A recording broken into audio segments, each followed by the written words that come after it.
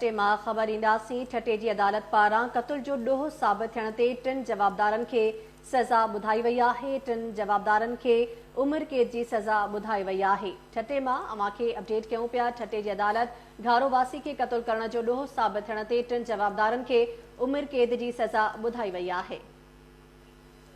ठटो जी अदालत घारो वासीअ खे क़त्ल करण जो ॾोह साबित थियण ते 3 ॼणनि खे उमिरि क़ैद जी सज़ा ॿुधाए छॾी आहे। 3 वरिया अॻु घारो में नौजवान फयाज़ कुंभर खे बेदर्दीअ सां क़त्ल करण जो ॾोह साबित थियण ते जवाबदारनि खे सज़ा ॿुधाई वई आहे।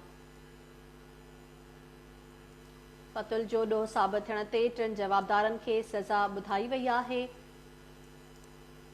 3 जवाबदारनि खे 4 लख रुपया ॾंढ पिणु अदा करण जो हुकुम ॾिनो वियो आहे। फ़ैसिले बाद जवाबदार सेंट्रल जेल हैदराबाद मुंतक़िल कया विया आहिनि। ठट्टो जी अदालत घारो वासी खे क़त्ल करण जो ॾोह साबित थियण ते 3 जवाबदारनि खे उमिरि क़ैद जी सज़ा ॿुधाए छॾी आहे। अव्हां खे ॿुधायूं पिया 3 वरिया अॻु घारो में नौजवान फयाज़ कुंभर खे बेदर्दी सां क़त्ल करण जो ॾोह साबित थियण ते जवाबदारनि खे सज़ा ॿुधाई वई। 3 जवाबदारनि खे 4 लख रुपया ॾंढ पिणु अदा करण जो हुकुम ॾिनो वियो आहे। फ़ैसिले बाद जवाबदारनि खे सेंट्रल जेल हैदराबाद मुंतक़िल कयो वियो आहे। ठटे जी अदालत घारो वासी खे क़त्ल करण जो ॾोह साबित थियण ते 3 जवाबदारनि खे उमिरि क़ैद जी सज़ा ॿुधाए छॾी आहे। तफ़सील लाइ असां राब्तो कयो आहे KTN न्यूज़ रिपोर्टर महबूब रोही सां। जी महबूब, छा अपडेट्स आहिनि?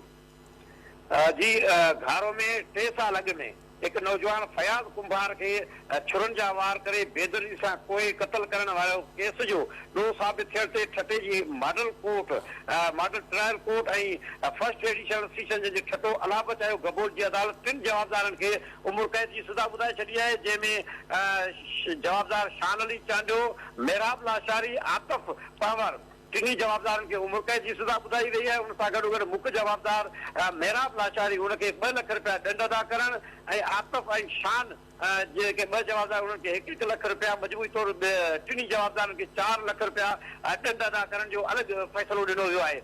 3 जवाबदारनि खे उमिरि क़ैद ऐं ॾंढ जी सज़ा ॿुधाइण जे मौक़े ते 3 जवाबदार अदालत में मौजूदु हुआ, छाकाणि जो अॻु में ई उहे कस्टडी में हुआ, जेके तहवील में हुआ, जिन खे बदीन जेल मां आंदो वियो। ठटे जे मॉडल कोर्ट जे ट्रायल अदालत में पेश कयो वियो, जिते अदालत फ़ैसिलो ॿुधायो जवाबदारनि खे सज़ा जो।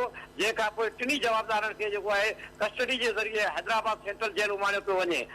3 जवाबदारनि गॾिजी हमसला थी हिकु नौजवान फयाज़ कुंभार खे पंहिंजे मामूली ॻाल्हि तां पंहिंजे कब्ज़े में रखी ज़बरदस्ती ऐं जेके काप ऐं जेके छुरा इस्तेमालु करे कोई बेदर्दी सां क़त्ल कयो हो ऐं उनखे उहो केस घारो थाणे ते दाख़िल हो, जंहिंजो बाज़ाब्ता तौर फ़ैसिलो मॉडल ट्रायल कोर्ट ठटो जी अदालत अलाबत आयो गबोल जी अदालत बाज़ाब्ता तौर ॿुधाए छॾियो आहे। 3 जवाबदारनि शान अली चांडो, मेहराब लाशारी ऐं आतिफ पावर खे सज़ा ॿुधाइण खां पोइ सेंट्रल जेल हैदराबाद उमाणे पियो वञे। जी महबूब रोही, तफ़सील लाइ अव्हां जी वॾी महिरबानी।